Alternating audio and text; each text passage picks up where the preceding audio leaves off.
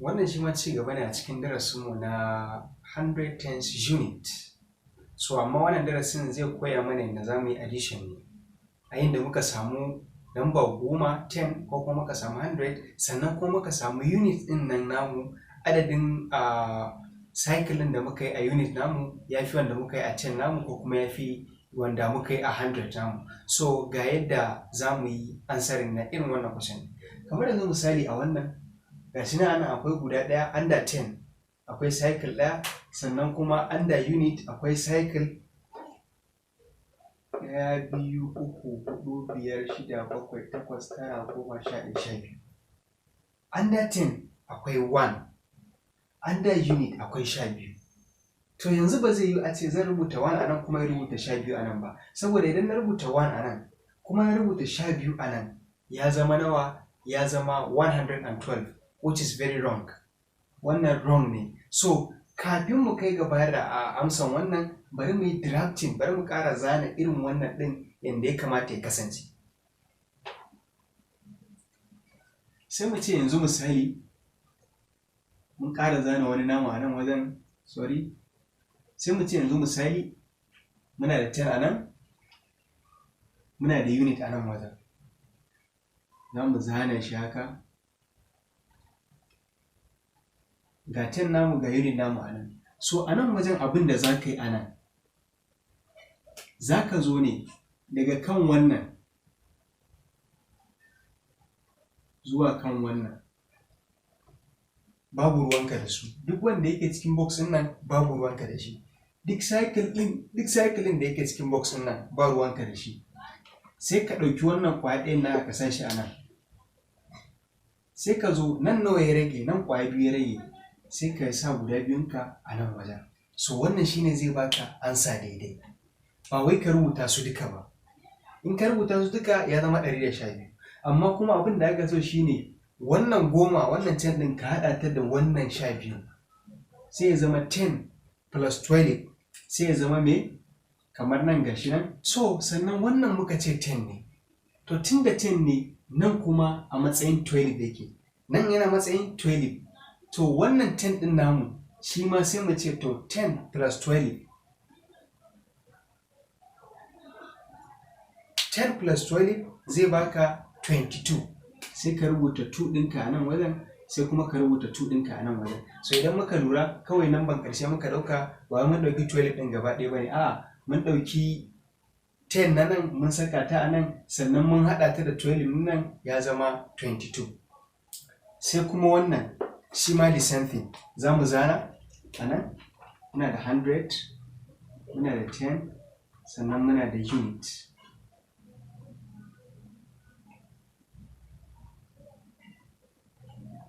Muna da unit a nan wajen. Under 100 namu nawa muke da shi? Muna da 1, 2. Za mu rubuta 2 ɗinmu a nan wajen. Under 10 shi kuma guda nawa muke da shi? Bari dai kafin nan mu fara rubuta 2 a nan wajen. 1, 2.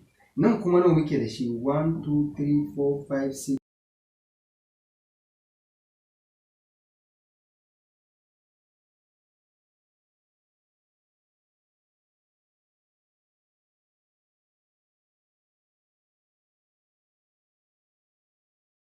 Mu zai zama 1. Sai mu sa 1 a nan wajen.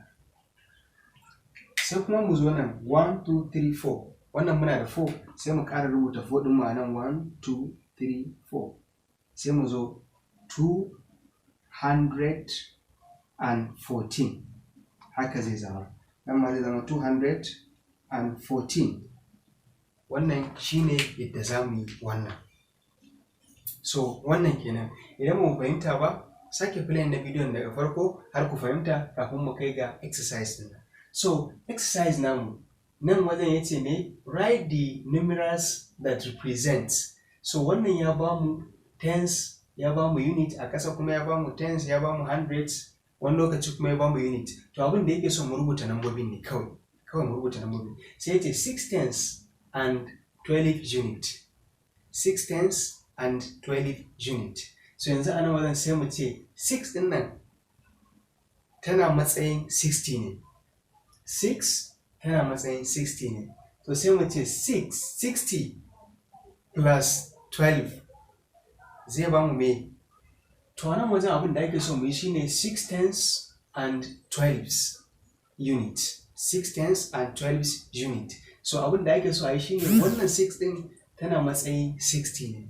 Wannan 12 din ita ma dai tana matsayin 12 nata kamar yadda anan take. Amma ba za mu rubuta misali ba za mu ce 612 ba, a'a sai mu ce to 60 plus 12 zai ba mu 72, sai mu rubuta 72 namu a nan 72. Sai wannan ma 3 tens and 15 units. So 3 din nan a matsayin 10 take, a matsayin kowane ɗaya 10 sau uku muna da 30 a nan, and 15 units sannan kuma ga 15. To sai mu ce 30 plus 15 sai ba mu 45. A gani idan muka lura ga unit namu nan ta fito a nan, sannan nan ma ga unit namu ta nan ta fito a nan, ba ta canja ba. So nan kuma 8 tens and 10 units. 8 tens and 10 units. A nan muna da 80, nan muna da 10. Unit namu na nan wajen shine 0. So sai mu ce 80 plus 10 zai ba mu 90. Is equals to 90. Shi ma dai gashi nan 0 mu ta nan wajen ta fito a nan. Sai na biyar D, sai na hudu D, 5 tens and 13 units. 5 tens and 13 units. So 5 din yana matsayin 50 ne, sai mu ce 50 and 13. 50 plus 13 zai ba mu 63. Gashi nan. Shi ma gashi nan 3 din mu ta fito still shi ma. Sai mu zo nan yace 710 tens. 710 tens. So 700 a haɗa ta da 10. 700 a haɗa ta da 10 zai ba mu 710. 710. 710 is equal to 710. Shi ma ga unit namu nan ya fito a nan. Ga kuma 10 namu ya fito, a gani 110 unit. Sai kuma wannan shine 316 tens. 300 a haɗa da 16. 300 plus 16 sai ya ba mu 316. Shi ma gashi nan is equals to 316. Shi ma ga 100 namu nan ta fito, ga 10 namu ta fito, ga unit namu ta fito. Sai G, 419 tens. 900 a haɗa da 14. 400 plus 19 zai ba mu 419. 419. Sai na ƙarshe H, 520 tens. 520 tens. So wannan comment, write the answer in comment box. So I shall be expecting your answer in the comment box. Subscribe, click on notification bell, like, share, then till we meet in another lesson. Goodbye.